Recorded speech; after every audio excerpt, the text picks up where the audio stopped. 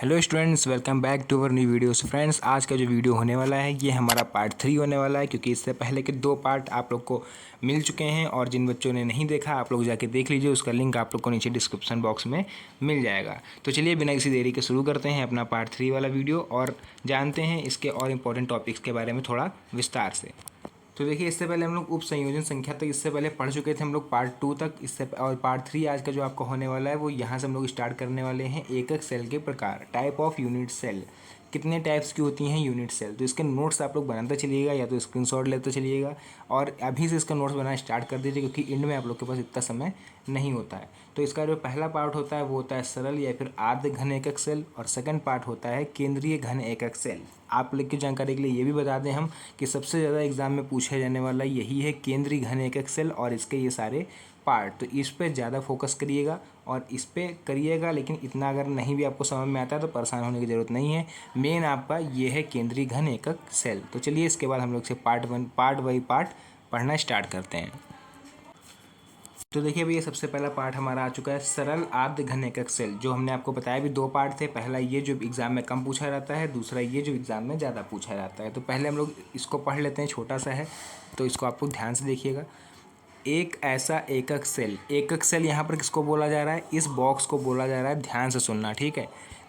एक ऐसा एकक सेल जिसमें सभी कोने पर परमाणु उपस्थित होते हैं। आपको यहाँ पर जो डार्क डॉट है वो आपको दिख रहा होगा, सभी ये परमाणु हैं जो कि एक बॉक्स के सभी कोने पर स्थित हैं। इसी को हम लोग सरल या फिर आद्य एकक सेल बोलते हैं, ठीक है। अब इसमें जो क्या लिखा हुआ है, प्रभावी परमाणुओं की संख्या। प्रभावी परमाणुओं की संख्या मतलब कि ये जो आपको डॉटेड दिख रहे हैं, ठीक है, जो डार्क डॉटेड दिख रहे हैं यही क्या है, इसके परमाणु हैं। तो ये कितने हैं, 8 हैं गिनती में। तो हमने यहाँ पर इसको लिख लिया 8 × 1/8। तो यहाँ से 8 से 8 कैंसिल हो गया और आपका जो परमाणु बन के आया वो एक परमाणु बन के आ गया है। 8 × 1/8 क्यों लिखा, क्योंकि टोटल कितने हैं 8। हमें डिवाइड किससे करना है, 8 से, ठीक है। जितना जितने हैं उतने से हमें डिवाइड करना है। तो परमाणु कितने निकल के आएंगे, 1। मतलब हर एक कोने पर कितना परमाणु है, 1, ठीक है। उसके बाद हम लोग बात कर लें अगर कुल जालक बिंदु की। तो जालक बिंदु मतलब कि जाल जो टाइप का आपको दिख रहा है। तो यहाँ पर कितने पॉइंट दिख रहे हैं, 8। तो हम लोग 8 मतलब, या फिर आप ये लाइन बोल सकते हो, ठीक है। तो 8 दिख रही है इसलिए हमने यहाँ पर 8 लिख दिया। तो ये जो हमारा सरल आद्य घन एकक सेल था ये कंप्लीट हो गया। सेकेंड बचा है केंद्रीय घन एकक सेल। इसको भी ध्यान से हम लोग पढ़ लेते हैं एक बार। तो इसकी डिफिनेशन देखिए क्या लिखी हुई है। एक ऐसा एकक सेल जिसके कोने के अलावा भी अन्य स्थानों पर परमाणु उपस्थित होते हैं। सरल वाले में क्या होगा, केवल कोने पर देखो परमाणु उपस्थित थे, डार्क वाले। इसमें क्या होगा, ये एक ऐसा एकक सेल है जिसके कोने के अलावा, मतलब कोई ज़रूरी नहीं कॉर्नर पर हो, ठीक है, बीच में भी हो सकता है, ठीक है, अन्य स्थानों पर परमाणु उपस्थित होते हैं। इसे केंद्रीय घन एकक सेल भी बोलते हैं। चलिए इसमें एक बार हम लोग देख लेते हैं इसमें क्या क्या होता है, एक एकक सेल में क्या क्या पाया जाता है। तो कोने पाए जाते हैं इसमें 8। 8 मतलब कि ये पॉइंट जो आपको दिख रहे हैं ये कोने होते हैं इसके। फलक मतलब कि जो सतह कितनी होती हैं, 6 होती हैं, जैसे एक लूडो का पासा होता है। और कोर कितने होते हैं, 12 होते हैं, ठीक है। अगर कोर वाइज इसकी बात करी जाए तो केंद्र कितना होगा, इसका एक ही केंद्र होता है, सिंपल, ठीक है।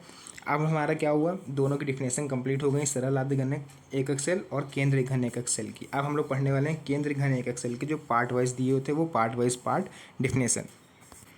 तो इसी में देखिए पहली डिफिनेशन क्या है हमारी, अंतः केंद्रित घन एकक सेल। ये इसका पहला पार्ट है। तो क्या है इसकी डिफिनेशन, एक ऐसा एकक सेल जिसमें कोने के अलावा घन के केंद्र में भी एक परमाणु उपस्थित होता है। मतलब क्या इन्होंने साफ साफ कह दिया कि घन के केंद्र, घन का केंद्र क्या हुआ, ये हुआ, इसमें क्या कितने परमाणु उपस्थित होंगे, एक परमाणु उपस्थित होता है, अतः केंद्रीय घन एकक सेल कहलाता है। इसीलिए ये एकक सेल कहलाता है क्योंकि इसके जो पॉइंट में एक परमाणु उपस्थित होता है। तो सिंपल सी डिफिनेशन है, आप लोग को याद रखनी है इसमें, क्योंकि पहले चैप्टर से ही 4 से 5 नंबर का पूछा रहता है, जैसे कि मैंने आप लोगों को स्टार्टिंग में बताया था। तो प्रभावी परमाणु की संख्या इसमें कितनी है, जैसे स्टार्टिंग में थी 8 वाला, आप लोग को सेम रखना है 8 × 1/8, ठीक है। लेकिन +1 क्यों करा जा रहा है, 8 × 1/8 क्यों करा जा रहा था, हमने ऊपर बताया था, क्योंकि 8 ही कोने थे, 8 ही से हमको डिवाइड करना है, ठीक है, जितने कोने होते हैं उसी से। और +1 इसलिए करा जा रहा है क्योंकि इसमें ये नवा, ये देखिए 9th एक और पॉइंट है, इसलिए इसमें +1 उन्होंने जोड़ दिया। तो 1 + 1 कितना हो गया, 2। तो टोटल परमाणु कितने हैं यहाँ पर, 2 परमाणु हैं। जालक बिंदु कितने हो गए, पहले 8 थे तो इसमें एक और जुड़ गया तो 9 हो गया। तो ये हो गया अंतः केंद्रित घन एकक सेल। अंतः केंद्रित मतलब अंदर में, अंदर जो केंद्र है उसमें एक पॉइंट स्थित हो, उसको बोला है अंतः केंद्रित घन एकक सेल। उसके बाद नेक्स्ट देखिए यहाँ पर है फलक केंद्रित घन एकक सेल। फलक मतलब कि जो जैसे फलक होते हैं, जैसे लूडो का पासा होता है ना, 6 सतह होती हैं, वैसे ही फलक बोलते हैं उसको। तो इसकी डिफिनेशन देख लेते हैं, फिर हम लोग इसके जानेंगे इसके डायग्राम के बारे में।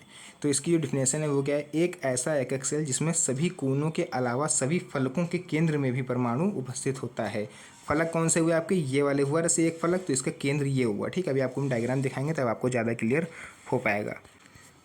तो ये देखिए, जैसे कि आप लोग ये वाला डायग्राम इसका देख पा रहे हो कि इसमें क्या है, फलक के बीच में क्या है, एक ये आपको ये फलक है, इसके बीच में ये केंद्र में एक परमाणु उपस्थित है, इसीलिए इसको बोला जाता है फलक केंद्रित अंत। ठीक है, फलक केंद्रित एकक सेल। तो इसमें इसकी वो की डेरिवेशन क्या होगी, 8 × 1/8 आपको वैसे ही करना है जैसे स्टार्टिंग में करा था।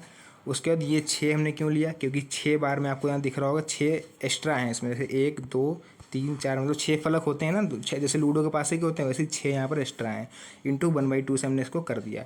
तो यहाँ पर आप लोग मैथमेटिकल नहीं भी करोगे तब भी कोई दिक्कत नहीं है, केवल डिफिनेशन लिख के डायग्राम बना देना। ठीक है, परमाणु बाकी यहाँ पर टोटल मिला के 8 जो आपके कोने होते हैं और 6 क्या होगा, फलक होगा, तो कुल मिला के 14 यहाँ पर हमारे पास जालक बिंदु हो गए। ठीक है, नेक्स्ट है अंत केंद्रित घन एकक सेल। ध्यान से सुनना, एक डिफिनेशन बहुत ही ज़्यादा इंपॉर्टेंट है।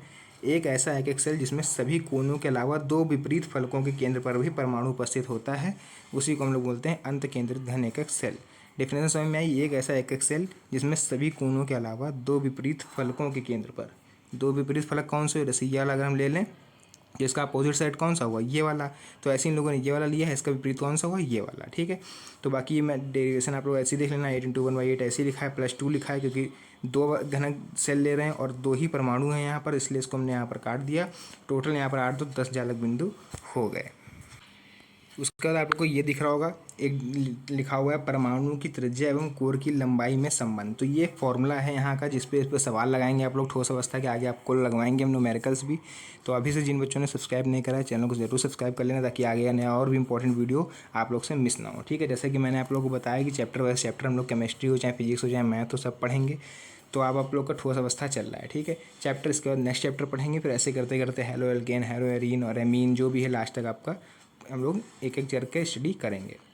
तो पहला फॉर्मूला यहाँ पर आप लोग का है, सरल आधगणक एकक सेल का फॉर्मूला होता है A = 2R, जहाँ A होती है कोर की लंबाई, R होती है परमाणु की त्रिज्या, जिसको हम लोग बोलते हैं PCC या फिर SCC। तो आपको न्यूमेरिकल में ये दिया होगा PCC या SCC, ये पूरा नहीं लिखा होगा। नेक्स्ट है अंतः केंद्रित घन एकक सेल के लिए, इसको हम लोग BCC बोलते हैं। ध्यान सुनना, क्योंकि न्यूमेरिकल में केवल इधर वाली इंग्लिश देगा, आपको हिंदी नहीं देगा, ध्यान समझना इस चीज़ को। इसका फॉर्मूला होता है A = 4/√3R। ठीक है, नेक्स्ट है फलक केंद्रित घन एकक सेल के लिए FCC बोलते हैं इसको, A = 2√2R। तो इसके फॉर्मूले का स्क्रीनशॉट ले लीजिए ताकि आपको न्यूमेरिकल करने में आसानी हो। तो बस फ्रेंड्स, आज की वीडियो को हम लोग यहीं तक रखते हैं, क्योंकि समय ज़्यादा नहीं है मेरे पास भी और आप लोग के पास भी। अगर हम बनाने लगेंगे तो वीडियो काफ़ी ज़्यादा लंबी हो जाएगी। तो वीडियो को कई पार्ट में करते हैं, जैसे कि मैंने पहले बताया था, आप लोग को पार्ट वाइज वीडियो होगी ताकि आप लोग भी आसानी से पढ़ पाओ। तो आज की वीडियो को हम लोग यहीं पे एंड करते हैं, लेकिन अभी हम बता देते हैं आप लोग को कि नेक्स्ट जो वीडियो आने वाली है ये पार्ट 3 था, इसके बाद पार्ट 4 आएगा। और जैसे कि हमने बताया कि जो जैसी लास्ट पार्ट इसका आएगा, पार्ट 5 या पार्ट 6 जो भी इसका लास्ट पार्ट होगा, उसमें आप लोग को इसका पूरा PDF मिल जाएगा। आप लोग चाहो तो इसको आराम से बैठ के नोट डाउन कर सकते हो। ठीक है, तो हम लोग नेक्स्ट वीडियो में क्या क्या पढ़ने वाले हैं वो आप लोग को हम दिखा देते हैं। ठोसों की निविड़ संकलित संरचना, जैसे कि आप लोग देख रहे हो, 1 में भी है, 2 में भी, 3 में भी है। इसका डायग्राम पूरा जैसा भी है, 2 में भी वाला, ये सब आपको देख रहे होगे। पूरा हम लोग इसको विस्तार से पढ़ने वाले हैं, एक एक चीज़, संकुलन क्षमता फॉर्मूला कैसे निकाला जाता है और क्या क्या होता है इसमें, ये देखिए सब पूरा एक एक चीज़ हम लोग विस्तार से पढ़ेंगे। तो अभी काफ़ी इंपॉर्टेंट चीज़ें आनी बाकी हैं, तो चैनल को जरूर सब्सक्राइब कर लेना ताकि आने वाली वीडियो का नोटिफिकेशन आपको सबसे पहले मिल जाए और आप उसको समय रहते पढ़ पाओ। तो आज की वीडियो में बस इतना ही, मिलते हैं नेक्स्ट वीडियो में एक और अच्छी इंटरेस्टिंग वीडियो के साथ। तब तक के लिए धन्यवाद, जय हिंद।